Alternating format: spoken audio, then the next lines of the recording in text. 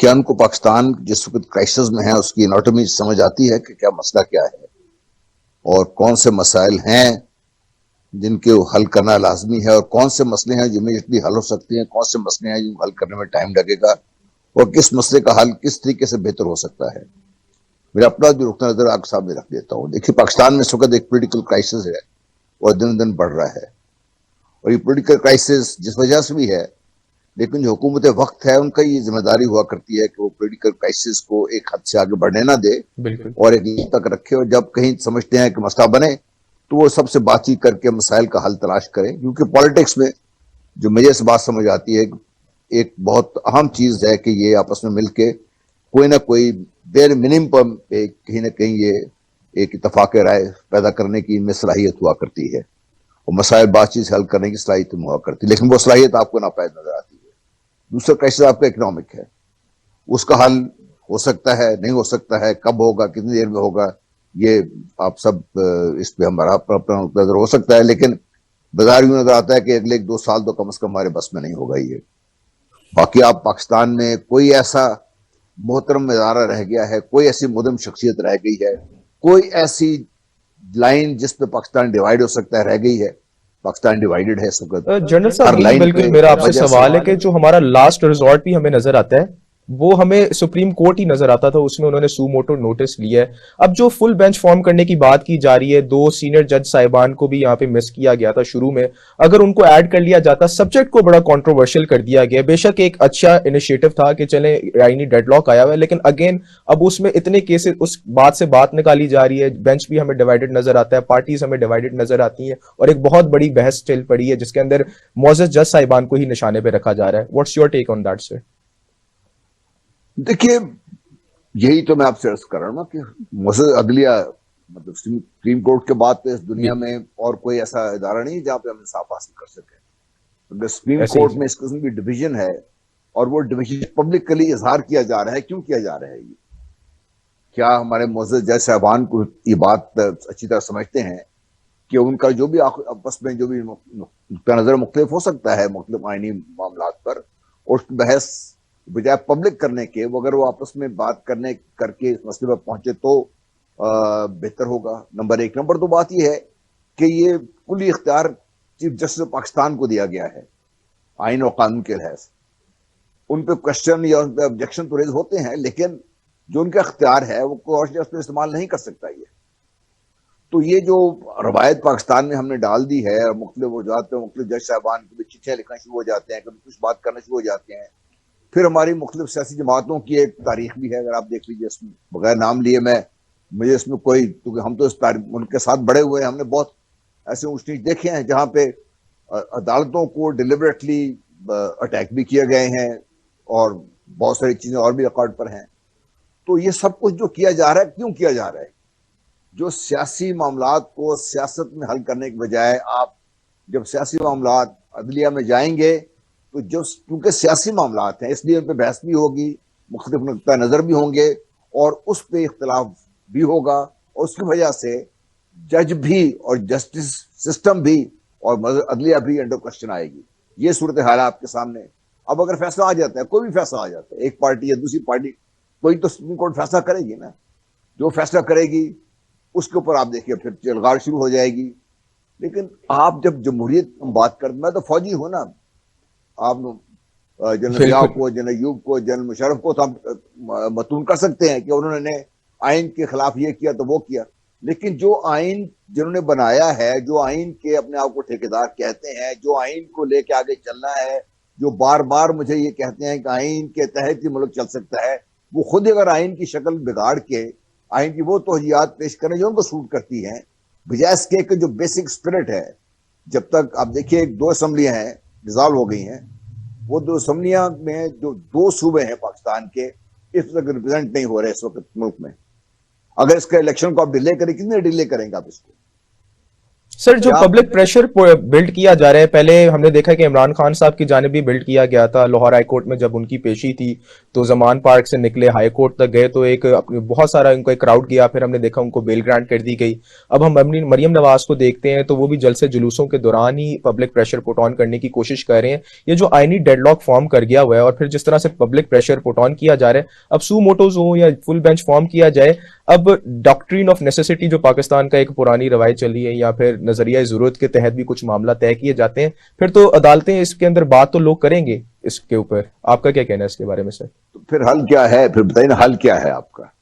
دیکھیے نظریہ ضروریت جس کی ہم بات کر رہے ہیں نا، جب مولوی تمیز الدین کیس کا اور جسٹس منی کے فیصلے کی بات کر رہے ہیں، وہ اب بھی جب یہ اس پہ ہیئرنگ شروع ہوئی ہے تو چیف جسٹس نے یہ ریمارک دیے تھے کہ بھئی میرے سامنے مولوی تمیز الدین بھی ہیں، اور بہت بڑا ریمارک انہوں نے یہ دیا تھا، اس وقت آئین پاکستان ایک سوالی بن کے کھڑا ہے عدالت میں.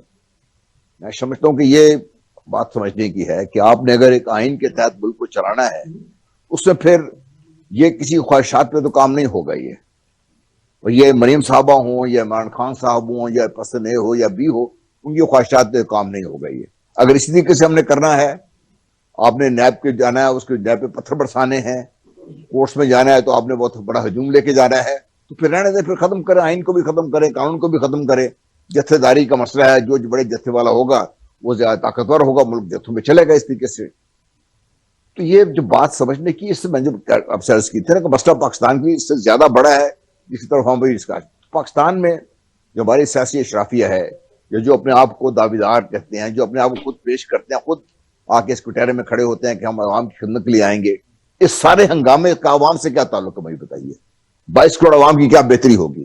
آپ آج چلے جائیں پاکستان کا کوئی ایک طبقہ مجھے بتا دیجیے، سوائے جو حکمران بیٹھے ہوئے ہیں یا ایک سرٹن پرسنٹیج اشرافیہ کی ہے جو پریویلیجڈ ہیں، ان کے علاوہ پاکستان میں کوئی ایک آمد، فیکٹری اونر سے لے کے مزدور تک، دیہڑی دار تک، کسان تک، کوئی ایک ایسا طبقہ جو آپ کو بتائے کہ آج پاکستان کوئی امید رکھتا ہے. اب تو بدقسمتی یہ ہے کہ عوام اس سارے پروسیس سے ہی لا تعلق ہوتے جا رہے ہیں.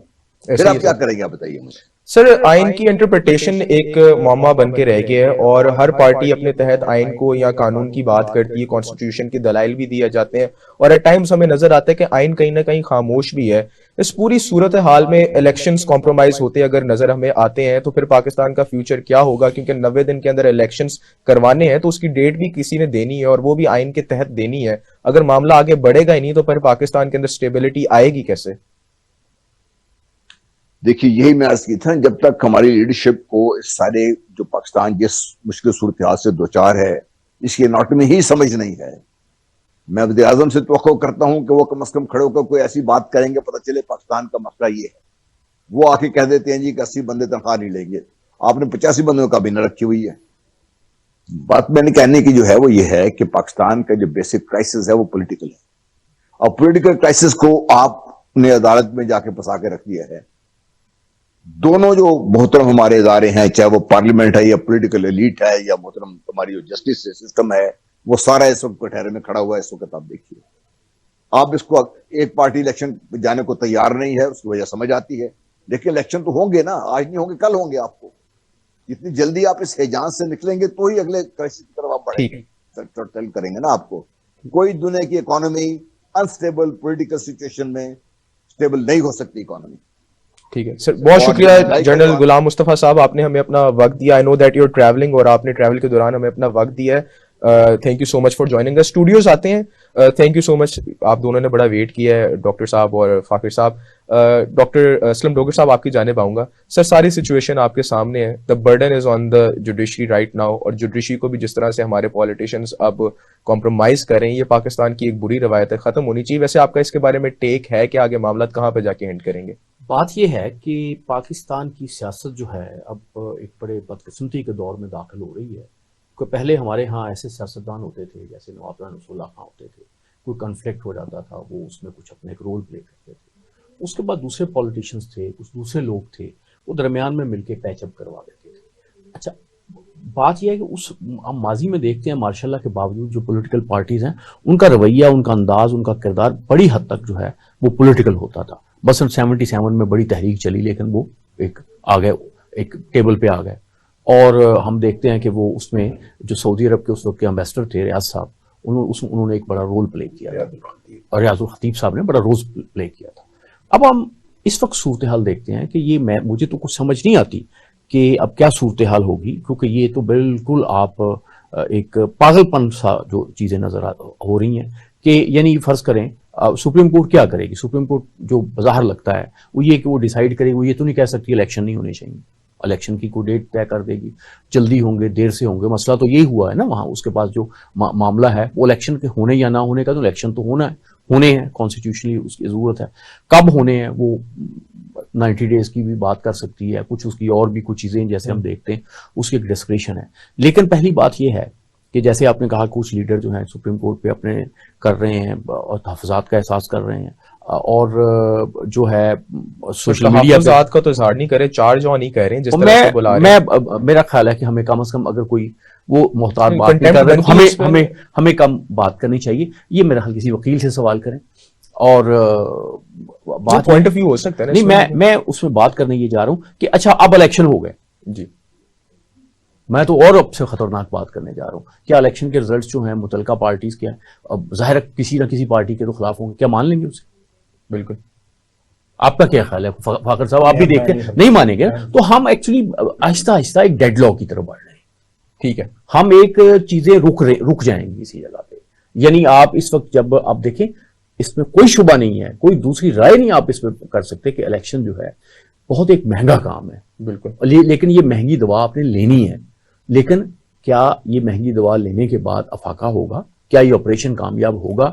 کیا اس آپریشن سے نکلیں گے؟ یہ بھی ایک سوچنے والی بات. بالکل ٹھیک ہے. یہاں پہ ایک چھوٹا سا بریک ایڈ آن کرتے ہیں. بریک سے جب واپس آئیں گے تو فاخر صاحب سے پوچھیں گے کہ آہستہ آہستہ ہم جس ڈیڈ لاک کی طرف جا رہے ہیں اس سے بچنے کا کوئی طریقہ کار ہے بھی یا نہیں. ایک چھوٹا سا بریک لیتے ہیں، بریک سے واپس آتے ہیں، گفتگو کو جاری رکھیں گے.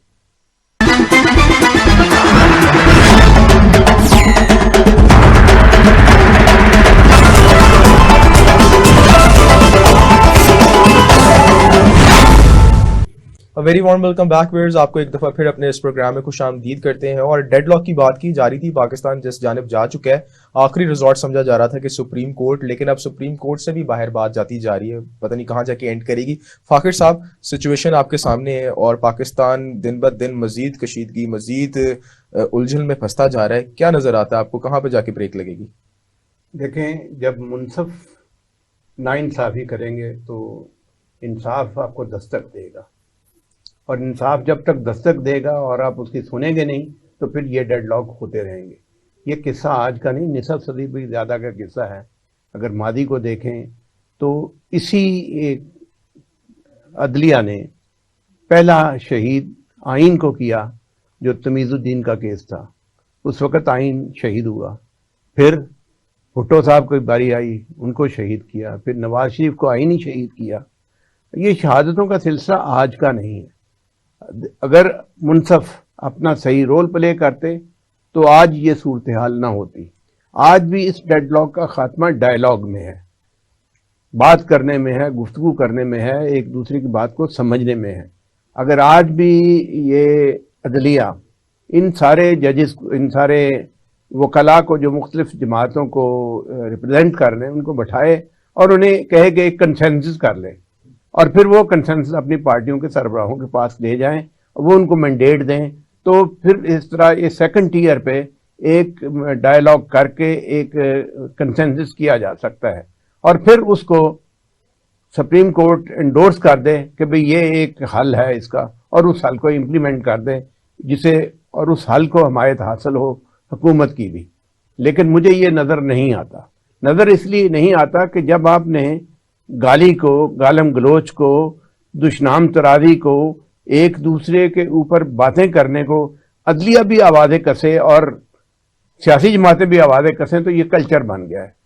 گالی کا کلچر ماضی میں نہیں تھا. جیسے ڈاکٹر اسلم ڈوگر صاحب نے وعدے کیا کہ اس وقت نواب زادہ نصر اللہ صاحب تھے اور لوگ بھی تھے جو ایک دوسرے کو سمجھا لیتے تھے، بات کر لیتے تھے، ایک دوسرے کی تقریبات میں جاتے تھے، ملاقاتیں ہوتی تھی، گفتگو ہوتی تھی، اختلاف اپنی جگہ تھا.